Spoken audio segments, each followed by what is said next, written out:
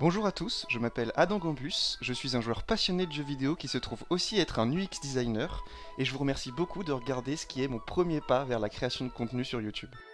Pour remettre cette vidéo un peu dans son contexte, il s'agit du format que j'ai choisi pour rendre mon sujet de mémoire de 5e année en UX design.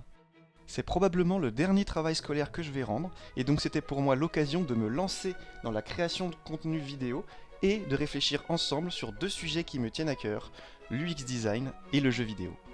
D'accord, faisons comme ça. Et bah c'est parti. En tant que UX designer, l'objectif de mon métier est d'améliorer l'expérience utilisateur d'un produit ou d'un service. C'est une approche qui est devenue incontournable, notamment dans le monde du numérique. Que ce soit les sites web, les logiciels et les applications, ils font presque tous l'objet d'une démarche UX. Donc on a beaucoup de questions qui sont au cœur de notre activité et selon notre capacité à y répondre, on parvient à construire des expériences optimisées pour les utilisateurs. À qui est-ce qu'on s'adresse, quel est le problème qu'on permet de résoudre, comment est-ce qu'on peut leur simplifier la vie. Énormément de méthodologies UX ont vu le jour pour répondre à ces problématiques liées à l'expérience utilisateur. Et donc moi, en tant que UX designer et fan de jeux vidéo, je me suis posé la question, pourquoi est-ce que les UX designers n'ont pas une place centrale lors de la conception d'un jeu vidéo ? Et oui, ça serait logique, parce que les jeux vidéo ne vivent qu'à travers l'expérience qu'ils procurent aux joueurs. Et étant donné que les UX designers sont considérés comme les maîtres de l'expérience, on pourrait penser que c'est à eux qu'on confierait la charge de réaliser cette même expérience. Et pourtant, les UX designers sont cantonnés à des rôles plus mineurs, comme la gestion des menus, alors que le cœur de l'expérience est confié à une autre profession, le game designer. On peut expliquer ce paradoxe par une différence de public. Le game designer s'adresse à des joueurs, alors que l'UX designer s'adresse à des utilisateurs. L'objectif de cette vidéo est donc de lever le voile sur les différences entre ces deux publics et de répondre à cette question, traite-t-on une expérience joueur de la même façon qu'une expérience utilisateur ?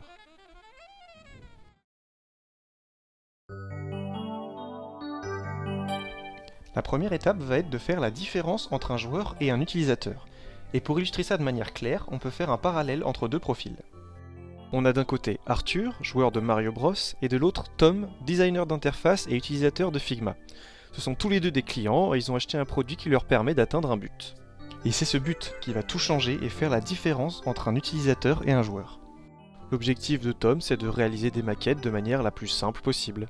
Ce qu'il veut, c'est un contrôle total sur son produit. Et donc l'UX designer partage cet objectif et veut faire en sorte que la prise en main de l'outil soit la plus simple possible pour lui. Bref, il est au service de son expérience liée au produit Figma. Arthur, de son côté, il veut juste s'amuser, et pour ça, tous les moyens sont bons. Si une prise en main contre-intuitive contribue à une expérience positive, Arthur se prêtera au jeu avec plaisir. Ce qu'il veut, c'est que l'achat du jeu lui apporte une bonne expérience. Contrairement à Tom, l'expérience est ici une fin en soi et est donc mise au premier plan. Cette vision de l'expérience produit d'un côté et de l'expérience jeu de l'autre implique donc des éléments avec lesquels les UX designers ne sont pas forcément familiers. Figma se doit d'être le plus simple d'utilisation possible et de trouver un moyen de donner à son utilisateur toutes les clés pour maîtriser l'outil, alors que Mario Bros veut offrir un challenge. Le joueur veut certes sauver la princesse, mais le jeu ne doit pas se laisser faire et il doit opposer de la résistance. Et cette résistance, l'UX designer n'est pas forcément habitué à l'offrir à son public. Et c'est là que le game designer intervient. C'est lui qui va créer tous les éléments liés au côté ludique de l'expérience, c'est ce qu'on appelle le gameplay. Est-ce que Mario débloque des nouveaux pouvoirs au fur et à mesure du jeu ? Combien de vie est-ce qu'il a à sa disposition ? Est-ce qu'on peut jouer un nouveau personnage ? Et si oui, est-ce qu'il y a une différence entre les deux ?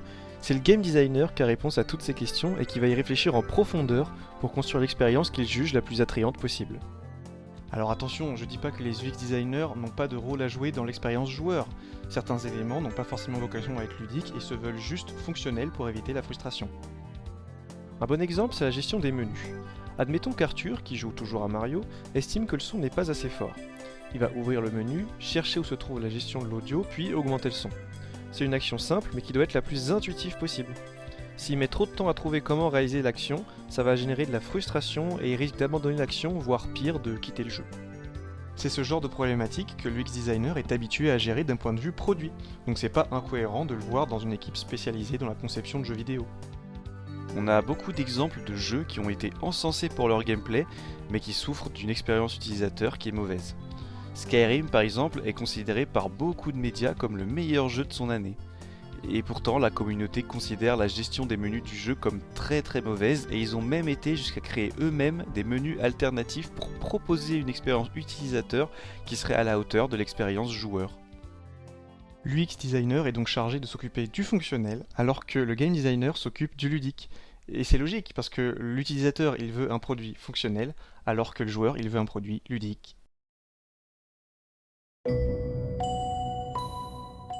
Maintenant qu'on connaît la différence entre un joueur et un utilisateur, on peut s'intéresser à l'opposition un peu plus subtile entre un jeu et un produit. Lorsqu'une entreprise commercialise un produit, l'objectif principal est de générer de l'argent. Le produit veut certes satisfaire un besoin utilisateur, mais la satisfaction du besoin n'est que la condition pour atteindre le but final, générer du profit. Donc on pourrait se dire qu'un jeu vidéo n'est pas très différent d'un produit classique, vu que lorsqu'un éditeur met en vente son jeu, il s'attend à générer du profit. Et c'est vrai, la notion de jeu vidéo est indissociable de la notion de produit. Mais il y a un point de vue qui est souvent soulevé qui permettrait de faire une distinction un peu plus claire entre un jeu vidéo et un produit. Il s'agit de la place que le jeu vidéo occupe en tant qu'œuvre d'art. Bon alors cette vidéo n'a pas pour objectif de défendre la légitimité ou non du jeu vidéo en tant qu'art, mais c'est quand même intéressant de se pencher sur ce point de vue pour dégager des pistes sur les différences entre produits et jeux vidéo. Donc, d'après le Larousse, l'art désignerait la création d'objets ou de mise en scène spécifiques destinés à produire chez l'homme un état particulier de sensibilité, plus ou moins lié au plaisir esthétique. A priori, cette définition a l'air de coller avec la vision du jeu qu'on a décrite jusqu'à maintenant. Parce que, un peu comme un réalisateur de film qui veut faire ressentir à son spectateur une émotion au travers d'un plan, d'un dialogue ou d'une musique, un game designer veut aussi induire une émotion au spectateur, mais ici via le prisme du gameplay. Donc en tant qu'œuvre, le jeu se différencie du produit parce que le produit ne cherche pas à générer un sentiment, et donc un joueur se délecte d'une œuvre d'art alors qu'un utilisateur consomme un produit. Il y a quand même de nombreux contre-arguments qui peuvent soutenir l'inverse. Le jeu vidéo ne serait pas un art parce qu'il ne serait pas parvenu à se détacher de sa condition de produit, dont le but est d'être manufacturé en masse pour générer du profit. Certains éditeurs de jeux vidéo ont d'ailleurs clairement délaissé cette vision artistique du jeu pour se concentrer sur le profit et réduire cet écart déjà très mince entre un produit et une œuvre vidéo ludique. Pour illustrer ce propos, je vais prendre l'exemple d'un éditeur célèbre, Ubisoft. Ubisoft est un studio de développement et d'édition propriétaire de beaucoup de licences, parmi lesquelles on peut trouver Assassin's Creed, Prince of Persia, Rayman, Splinter Cell, etc. Il y a quelques années, l'entreprise française était considérée comme un éditeur novateur et un pionnier de l'industrie du jeu vidéo. Assassin's Creed 1 a par exemple reçu le prix du meilleur jeu d'action-aventure lors des Game Critics Awards en 2006. Et on sait également via un communiqué de l'entreprise que les résultats commerciaux du jeu étaient clairement au rendez-vous. Le succès n'a malheureusement pas duré et l'entreprise doit faire face à l'année la plus noire de son histoire, l'année 2014. À cette période, Ubisoft est la cible de plusieurs critiques très virulentes à l'égard de deux jeux, Watch Dogs et Assassin's Creed Unity. Les répercussions financières vont vite se faire ressentir et Ubisoft va faire un choix, prioriser le profit pour amortir les pertes liées aux échecs de 2014 et passer l'innovation et la vision d'artiste au second plan. Ce qui fait que de nos jours, Ubisoft ne crée plus de tendance vidéoludique. Ils suivent le mouvement dicté par d'autres acteurs importants du marché comme CD Projekt qui a sonné l'industrie du RPG avec The Witcher 3 ou Nintendo qui révolutionne la formule open world avec Zelda Breath of the Wild. Ça a donné lieu à une uniformisation de l'ensemble des licences importantes d'Ubisoft qui sont maintenant toutes devenues des RPG en open world et qui ne sont plus vraiment le fruit d'une démarche artistique mais plutôt le fruit d'une chaîne de production qui permet de régulariser des revenus. Et donc dans une certaine mesure, on pourrait dire qu'Ubisoft ne crée plus vraiment des œuvres mais des produits. Mais bon, attention, il serait quand même bête de dire qu'Ubisoft ne réalise plus de jeux vidéo. Un client d'un jeu Ubisoft est toujours à la recherche d'une expérience joueur et il peut complètement y trouver son compte. D'autant plus que ces produits ne sont pas totalement dénués d'intérêt artistique non plus. Donc le sujet est plus complexe qu'il n'y paraît. L'idée c'est pas de savoir si le jeu en général peut être qualifié d'œuvre, mais plutôt est-ce qu'on peut placer un jeu en particulier sur une sorte de spectre œuvre-produit.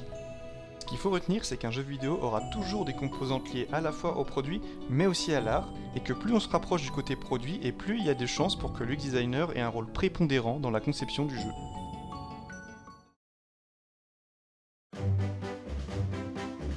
Depuis quelques années, de nombreux éditeurs commencent à pencher du côté produit du spectre. Ubisoft ne sont pas les seuls à tomber dans ces travers et de nombreuses entreprises considèrent le modèle économique comme passant avant tout. Et tous se posent la même question qu'une entreprise classique. Comment faire pour rentabiliser notre produit le plus efficacement possible? Et pour trouver la réponse, ils se sont inspirés d'un des jeux les plus rentables de l'histoire. Un jeu qui a marqué l'industrie de par son gameplay, mais aussi de par son modèle économique novateur, le Game as a Service, dont il fut l'un des pionniers.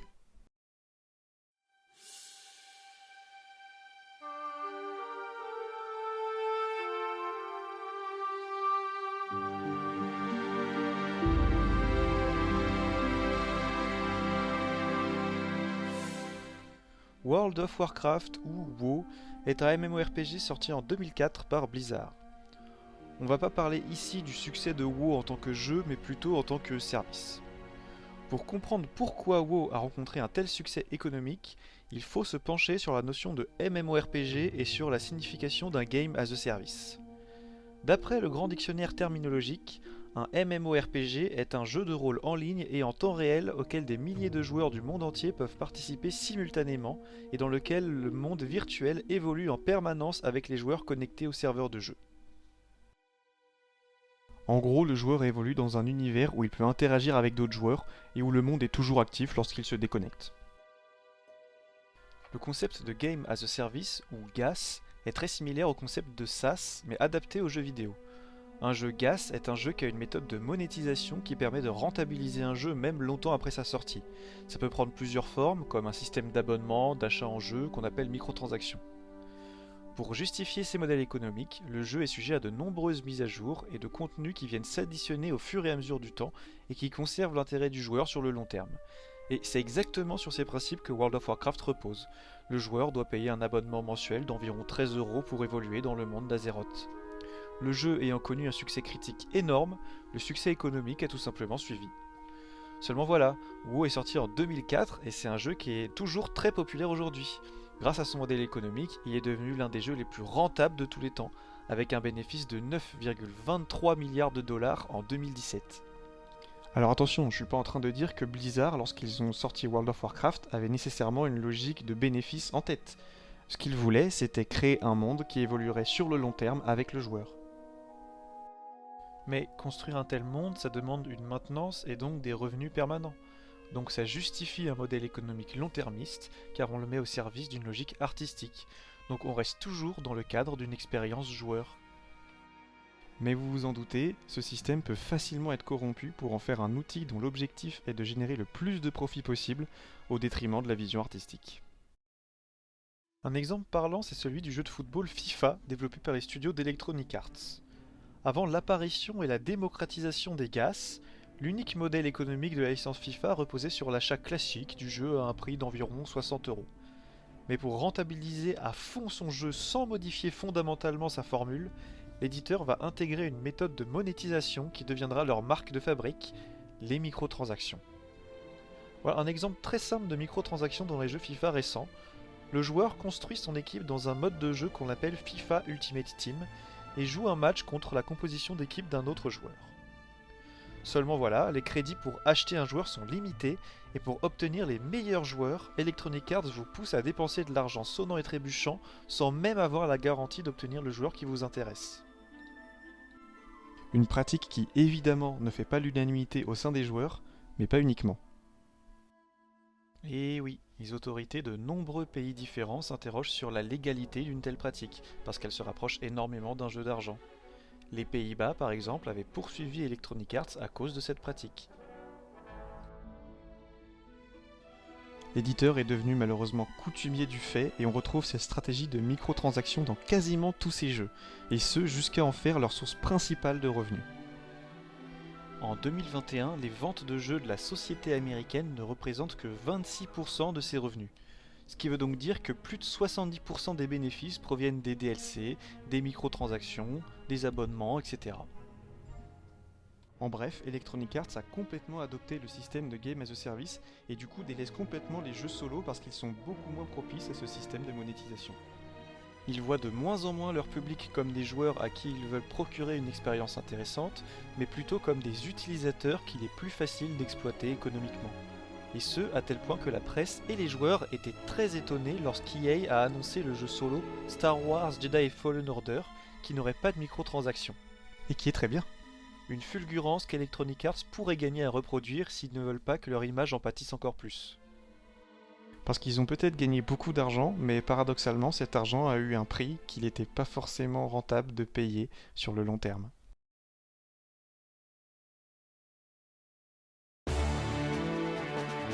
Donc on a vu en début de vidéo que la principale différence entre un joueur et un utilisateur résidait dans son but. Et ce qui est très intéressant, c'est que ce but va générer une autre différence de taille, une différence d'engagement. Et on peut facilement mesurer l'engagement d'un utilisateur envers un produit grâce à plusieurs statistiques. Sur YouTube, on a par exemple le nombre de pouces, d'abonnements ou de commentaires. Pour un jeu vidéo ou un logiciel, on aura plutôt tendance à observer le temps d'utilisation. Bref, plus l'utilisateur interagit avec l'outil ou le jeu, plus on peut considérer que l'engagement est puissant. Alors du coup, comment est-ce qu'on va faire pour comparer l'engagement des joueurs et des utilisateurs ? C'est très simple, ce qu'on va faire, c'est qu'on va comparer l'engagement des joueurs d'applications de jeux mobiles et des utilisateurs d'applications mobiles plus classiques. Bon, alors pour commencer, posons un peu le contexte. En 2021, il y avait plus de 4 millions d'applications disponibles sur l'Apple Store. Sur ces 4 millions d'entre elles, les applications dédiées aux jeux vidéo représentent un pourcentage de 25%. Pour faire simple, un quart des applications de l'App Store est un jeu mobile, donc un pourcentage considérable. Comment est-ce qu'on peut expliquer un tel engouement pour le jeu mobile ? Pourquoi est-ce que des éditeurs et des géants tels que Tencent ou Activision Blizzard semblent porter autant d'intérêt à ce marché ? Peut-être qu'on peut imaginer que le taux de rétention des jeux mobiles serait plus élevé. Le taux de rétention, c'est tout simplement le nombre d'utilisateurs qui continueront d'utiliser votre application après l'avoir téléchargée. Par exemple, en marketing, il est fréquent de mesurer le taux de rétention en effectuant des mesures à plusieurs moments différents. On mesure le taux de rétention au jour 1, 7, 30, etc. pour avoir des indications sur le taux de rétention à court, long et moyen terme et ainsi adapter sa stratégie de rétention et réduire le taux de désinstallation de l'application. Bon alors du coup c'est parti, on n'a plus qu'à comparer le taux de rétention des jeux mobiles et des applications plus classiques. Le premier jour, le taux de rétention pour les applications générales est de 25,2%, alors que celui des applications de jeux est de 31,1%. Donc on a une avance confortable de 6% du côté des applications de jeux, bien que ça ne représente pas non plus un avantage faramineux. Au jour 7, l'écart se réduit avec une différence d'uniquement 1,2%. Le taux de rétention au jour 7 est de 8,6% pour les applications générales contre 9,8% pour les jeux. Puis vient le fameux jour 30, le moment où les applications ludiques viennent tirer leur épingle du jeu, ou pas. En effet, on observe exactement le même taux de rétention avec 3,5% pour les deux camps. Égalité parfaite. Donc on a un léger avantage du côté des jeux mobiles pour le court terme, mais aucune différence à long terme. Donc a priori rien qui permet d'expliquer pourquoi les éditeurs semblent autant s'intéresser à ce marché. Soit. Chou blanc donc. Bon alors si c'est pas le taux de rétention, qu'est-ce qui fait la différence ? Et oui, évidemment vous l'avez deviné, la différence se fait au niveau de l'argent. En 2021, le marché de l'application a remporté plus de 133 milliards de dollars. Pour information, en 2019, lorsque l'industrie du cinéma battait encore son plein avant la crise sanitaire, l'industrie avait atteint le record de 101 milliards. Et donc parmi ces 133 milliards, le marché du jeu mobile représente 90 milliards, soit près de 70% du marché total des applications. C'est important de se rendre compte, il existe énormément de types d'applications, mais des médias sociaux, la cuisine, la tech, la musique, et même en prenant tout ça en considération, les revenus générés sont infimes par rapport à ceux générés par les jeux mobiles. C'est la piquette, Jack! Donc ce que ça veut dire, c'est que les joueurs sont beaucoup plus enclins à dépenser de l'argent par rapport aux utilisateurs, et ça évidemment les éditeurs l'ont bien compris. D'autant plus que la monétisation provient en majorité du modèle GaaS qu'on a vu plus tôt, ce qui rend la monétisation bien plus facile dans la mesure où il s'agit d'un mode de fonctionnement qu'on associe déjà aux jeux vidéo. D'autres statistiques vont dans ce sens et confirment que les joueurs ont un engagement bien plus élevé que les utilisateurs. La catégorie jeux de l'Apple Store est, sans surprise, la plus populaire avec 21,5% de téléchargements, loin devant la catégorie business et éducation avec seulement 10%. Idem pour le Google Store qui a même poussé le vice jusqu'à appeler son store Google Play et dont la catégorie jeux est également la plus populaire avec 16%. Alors attends, t'es en train de me dire que les jeux mobiles c'est la catégorie la plus lucrative, la plus attractive, et qu'en plus elle souffre pas de problème de rétention? Mais évidemment que les éditeurs vont l'utiliser, ils vont pas se coucher avec un carré d'as. D'autant plus qu'en termes de fréquence d'utilisation, les jeux mobiles s'en sortent très bien. Dans le classement des applications les plus fréquemment utilisées par catégorie, on retrouve les jeux mobiles à la deuxième place avec 10%. La première place étant occupée par les applications de médias sociaux comme Twitter, Facebook ou TikTok, avec une énorme stat de 39%. Et cette fréquence d'utilisation n'est pas uniquement liée au monde du mobile. Des statistiques nous révèlent aussi que les joueurs de jeux vidéo de manière générale jouent en moyenne 8 heures et 27 minutes par semaine. Un chiffre qui fait que croître dans la mesure où ce chiffre est en hausse de 14% par rapport à l'année précédente, et tout porte à croire que cette croissance n'est pas prête de s'arrêter. Du coup, ce qu'il faut retenir, c'est que si vous êtes une entreprise qui s'adresse à des joueurs, votre cible est beaucoup plus simple à monétiser par rapport aux utilisateurs qui, eux, ont beaucoup plus de mal à sortir le portefeuille.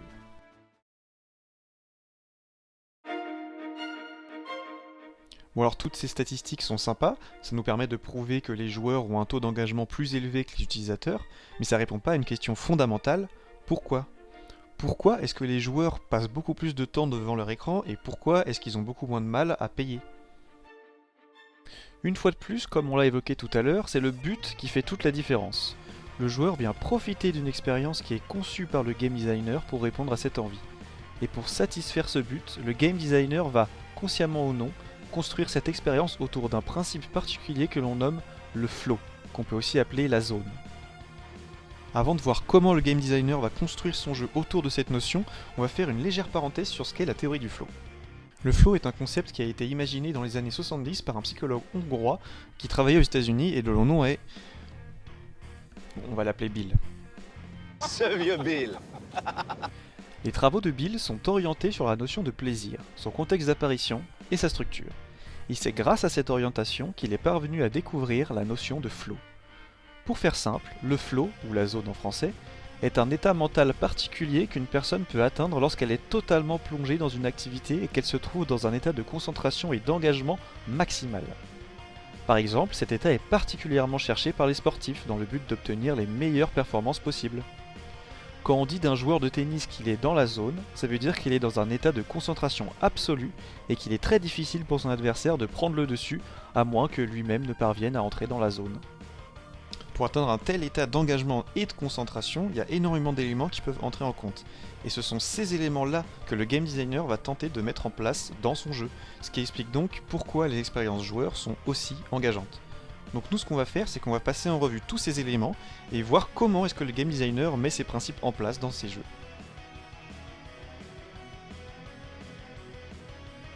Celui-là, il s'agit probablement du principe le plus respecté parmi les game designers. Un exemple parmi tant d'autres serait celui des donjons dans la série Zelda. On entre dans un donjon dont le but est de résoudre des énigmes et de vaincre le boss, et on nous récompense en augmentant notre barre de vie, en nous donnant des objets et en faisant avancer l'histoire. C'est la base d'un jeu. Si un joueur accepte de se confronter à un challenge, c'est parce qu'il peut recevoir cette récompense. Encore une fois, il s'agit d'un principe extrêmement commun dans le jeu vidéo. L'idée est de commencer avec des niveaux relativement simples, dont le but est de faire en sorte que le joueur prenne en main le jeu sans se frustrer. Le jeu devient ensuite de plus en plus dur pour éviter de faire en sorte que le joueur, qui devient meilleur, s'ennuie pendant l'aventure. Le premier Mario est un bon exemple d'un jeu qui a réussi à construire une courbe de progression intelligente. On peut noter cependant qu'équilibre ne rime pas avec facilité. Prenons la série des Dark Souls par exemple. Leur vision du jeu repose sur le fait d'apporter un challenge au joueur, en dressant devant lui un ennemi a priori insurmontable, mais qui après de nombreuses tentatives commence à dévoiler ses faiblesses. On pourrait penser que l'équilibre est mal fait, mais c'est l'inverse. C'est un parti pris qui est très rare de nos jours dans le monde du jeu vidéo, et il nécessite de respecter à la lettre ce deuxième principe de la théorie.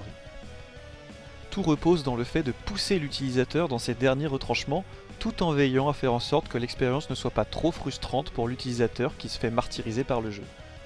Un tour de force qui nécessite un équilibrage très précis et un gameplay impeccable. Vous l'aurez compris, ce deuxième principe est également récurrent dans le monde du jeu vidéo, ce qui ne veut cependant pas dire que tous les jeux le parviennent à l'appliquer à la lettre. Le joueur a besoin de comprendre s'il progresse dans la bonne direction ou si son action a un impact positif ou négatif sur sa progression dans le jeu. Reprenons notre exemple lié à Zelda tout à l'heure.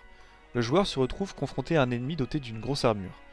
Pour le vaincre, le joueur doit trouver son point faible et ne pas porter de coups à l'endroit où l'armure protège l'ennemi. Si le joueur s'obstine quand même à frapper l'armure du monstre, le jeu va donner des feedbacks au joueur pour lui indiquer qu'il fait fausse route. Dans notre exemple, le jeu va donner deux types de feedback.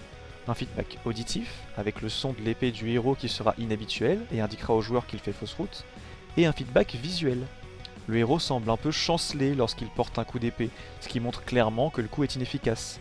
Si au contraire le joueur trouve enfin le point faible qui se trouve dans le dos de l'ennemi, les feedbacks visuels et auditifs deviennent différents et le joueur comprend qu'il a trouvé la solution du problème. C'est un élément qu'il est important de prendre en compte parce que s'il est mal fait, il peut générer énormément de frustration. Le joueur doit avoir la sensation que l'objectif est atteignable, sinon ça génère de la frustration et ça peut même le conduire jusqu'à arrêter le jeu. Encore une fois, je vais prendre Dark Souls en exemple. L'objectif de From Software est de faire en sorte de jouer avec cette limite du réalisable. Le défi proposé peut, au premier abord, avoir l'air quasiment impossible, mais petit à petit, le joueur se rend compte que ce n'est pas si difficile et finit par triompher. En mettant la barre le plus haut possible, on assure au joueur de ressentir une satisfaction énorme lorsque l'obstacle est franchi. Un parti pris qui est très risqué parce que tout le monde n'a pas les mêmes compétences ainsi que la même perception de ce qui est réalisable ou non. Donc From Software prend le risque de perdre beaucoup de joueurs en cours de route car il joue avec cette notion de contrôle de la situation, là où d'autres jeux font plutôt tout pour montrer aux joueurs que l'action est totalement à leur portée. Mais quelle que soit la vision du jeu vidéo, un game designer se doit de réfléchir à comment il va aborder ce sujet du contrôle de la situation. Alors ici, il s'agit plutôt d'un objectif que le game designer veut atteindre. Ce qu'il veut, c'est que le joueur perde un peu la notion du temps lorsqu'il est en train de jouer. Ça explique notamment pourquoi est-ce que les joueurs passent beaucoup plus de temps devant leur écran. Et pour réaliser ce tour de force, il utilise un outil qui s'appelle l'immersion. L'immersion serait un état psychologique où le sujet cesse de se rendre compte de son propre état physique. Il est fréquemment accompagné d'une intense concentration et d'une notion perturbée de temps et de la réalité. Ici, l'intense concentration fait référence à la théorie du flow, et on retrouve également le concept de la perte de notion du temps. Pour faire simple, le joueur se retrouve plongé dans le monde virtuel. Et la partie intéressante est plutôt de savoir comment est-ce qu'on va rendre ce monde immersif. Il y a plusieurs techniques qui permettent de faire en sorte que le joueur se retrouve plongé dans le monde virtuel et perde le cours du temps. De bons graphismes, par exemple, peuvent émerveiller le joueur et l'aider à rentrer dans un monde. Ces graphismes doivent rester cohérents avec l'identité visuelle du jeu, déterminée par la direction artistique, et dont le but est de construire un univers graphique harmonieux. Grâce à cette harmonie, le joueur trouve le monde cohérent et accepte plus facilement de s'y plonger. Un autre élément très important réside dans la musique du jeu, qui contribue énormément à renforcer l'émotion que ressentira le joueur lorsqu'il joue au jeu. Cette notion d'émotion est très importante pour obtenir l'effet d'immersion recherché. L'écriture d'une histoire et d'un lore cohérent est donc un élément qui peut avoir de l'importance car elle permet de justifier pourquoi le joueur doit réaliser telle ou telle action et peut donc ajouter de l'émotion au but que le joueur veut atteindre. Prenons l'exemple d'un jeu réputé comme ayant réussi cette notion d'immersion, Skyrim. On peut y retrouver tous les éléments cités précédemment. Des graphismes fabuleux à l'époque de sa sortie, une direction artistique cohérente et travaillée autour d'un univers nordique, une musique composée par Jeremy Soule, compositeur de jeux vidéo qui est considéré comme beaucoup comme l'un des meilleurs dans le domaine, une histoire certes simple mais surtout un lore absolument fabuleux qui ne cesse de s'accroître depuis plus de 20 ans, dans la mesure où Skyrim est la suite d'une série de jeux ayant commencé en 1994. Bref, on peut ajouter à ça des éléments de gameplay qui contribuent à une expérience immersive, et on a un jeu qui devient acclamé pour une immersion hors du commun. À tel point que même plus de 10 ans après sa sortie, énormément de joueurs continuent leur aventure dans le monde de Bord de Ciel et n'attendent qu'une chose, le prochain épisode de la série pour continuer de se plonger dans le monde de Tamriel. Donc du coup, vous l'aurez compris, si vous développez un jeu et que vous voulez mettre toutes les chances de votre côté, il est recommandé de suivre la théorie du flow. Mais les règles sont aussi faites pour être brisées ou pour jouer avec. A l'instar de Dark Souls, si un développeur pense que jouer avec la limite d'une règle peut contribuer, dans une certaine mesure, à une expérience plaisante, rafraîchissante, il va pas hésiter à le faire. Parce que respecter les règles, c'est important pour les employés, mais ça l'est moins pour les artistes.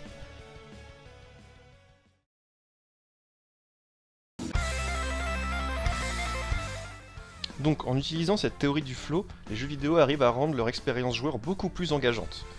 Mais du coup on pourrait se poser la question, est-ce qu'un produit, service, une application pourrait utiliser aussi ces codes de la théorie du flow et donc du jeu vidéo pour rendre les expériences plus engageantes?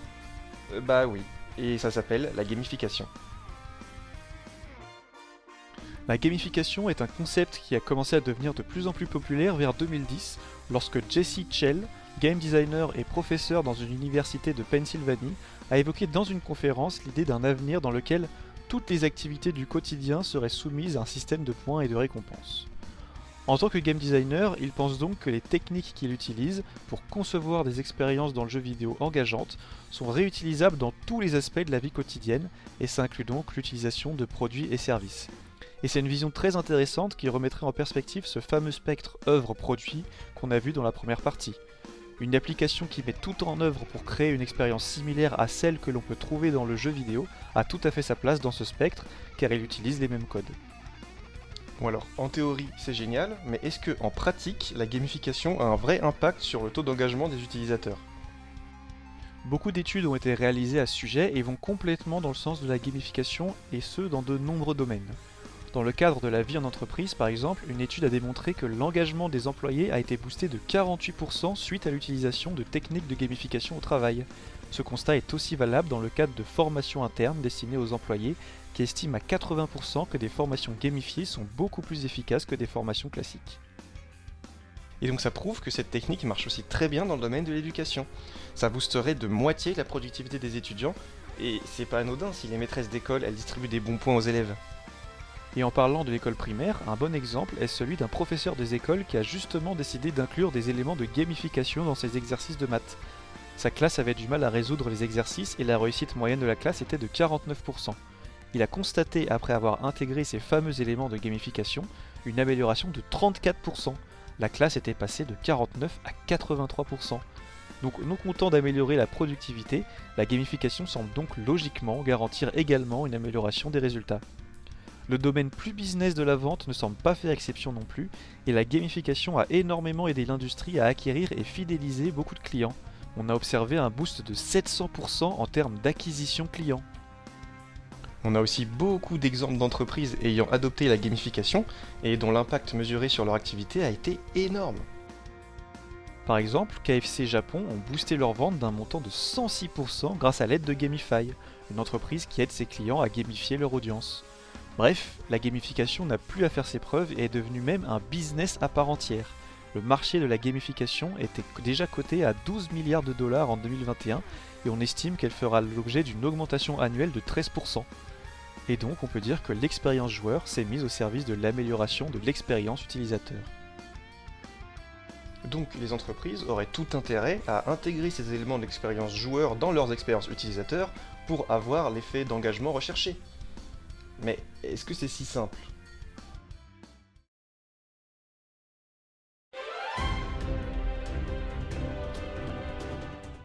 Et oui, c'est compliqué parce que, comme on l'a vu précédemment, les UX designers ne sont pas tous familiers avec ces codes. Et pourtant, ce qui va faire qu'une expérience gamifiée est réussie, c'est le respect de la mise en place des règles de la théorie du flow. Pour illustrer ce point, on va reprendre les 5 éléments de la théorie du flow qu'on a vu précédemment, mais au lieu de les mettre en relation avec le jeu vidéo, on va étudier leur utilisation dans le cadre d'un produit ou d'un service. Alors, bien sûr, tout n'est pas forcément intéressant selon le produit ou service en question, mais lorsqu'on se penche sur la gamification de son activité, se poser la question de la pertinence de chaque élément de la théorie du flow est incontournable.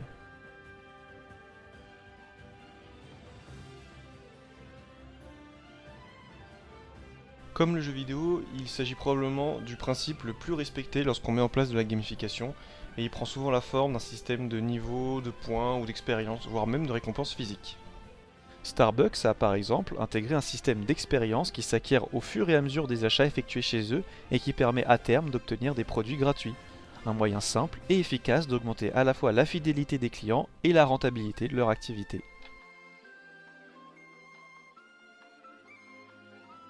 Ce principe-là est un peu plus subtil dans le cadre de la gamification, mais il est hyper important. L'idée, c'est de faire en sorte que l'utilisateur ait toujours les clés pour pouvoir utiliser par exemple une plateforme.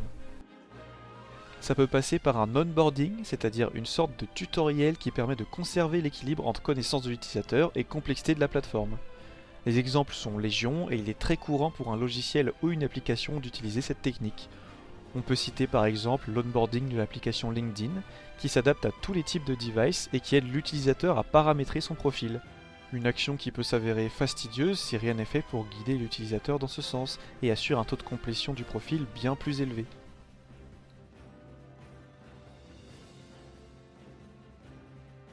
Toujours à l'image du jeu vidéo, un utilisateur d'une application ou d'un logiciel peut avoir une expérience frustrante si on ne lui montre pas que son action a bien été prise en compte et va dans le bon sens. Un exemple simple qui va dans ce sens peut être l'utilisation de notifications Toast lorsqu'une action a bel et bien été prise en compte. En voyant cette notification, l'utilisateur comprend tout de suite que le système a bel et bien tenu compte de son action. Ici, on entend un objectif atteignable ou un défi qu'il est possible de relever. Un élément également important lors de la construction d'une expérience gamifiée. C'est particulièrement intéressant dans le cadre des études où l'objectif est de développer ses compétences.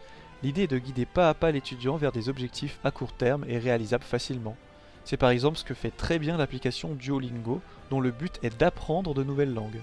Plutôt que de dire à l'utilisateur « tu dois savoir parler mandarin dans 2 ans », l'application va plutôt mettre en place un système de défis quotidiens qui paraîtra bien plus abordable pour l'utilisateur et gardera ainsi sa motivation. Ce tour de force est beaucoup plus difficile à créer dans le cadre d'une application ou d'un logiciel que via le prisme du jeu vidéo. En effet, l'immersion est censée être une notion clé pour provoquer cet effet de perte de notion du temps, et le cadre du jeu vidéo s'y prête naturellement beaucoup plus car le joueur peut se plonger dans le monde du jeu. Mais ça veut cependant pas dire que donner un sentiment d'immersion est une tâche irréalisable dans un autre cadre que celui d'un jeu. Par exemple, la Blue Marine Foundation a réalisé un site web dont le but est de sensibiliser les utilisateurs à la cause maritime et dont l'immersion représente le cœur de l'expérience. Ce genre d'expérience demeure relativement rare mais tend à se démocratiser de plus en plus dans les sites web. Un élément qui est par contre beaucoup plus présent, c'est l'utilisation de l'émotion. Comme on l'a déjà souligné précédemment, l'écriture d'une bonne histoire accompagnée de musique contribue à intégrer de l'émotion à l'expérience joueur. Dans le cadre d'une expérience utilisateur, on aura tendance à préférer le terme de storytelling et de sound design. Le storytelling est une technique relativement courante qui permet de sensibiliser l'utilisateur à une marque et ainsi augmenter la fidélisation des clients. En UX, on peut également l'utiliser pour démontrer en quoi notre produit ou service répond à ses attentes en le mettant en perspective. Le sound design aide également beaucoup à développer l'identité de la marque et, à l'instar du storytelling, augmenter la fidélisation de la clientèle.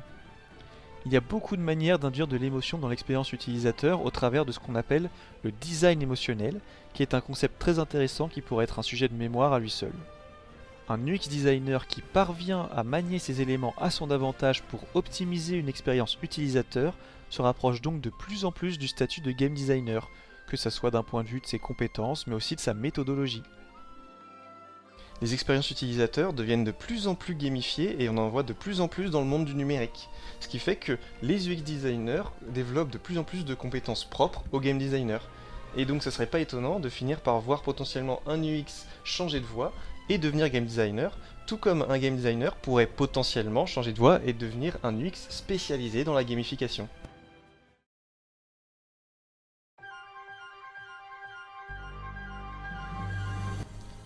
Donc au début de cette vidéo, on a cherché à faire la différence entre une expérience joueur et une expérience utilisateur.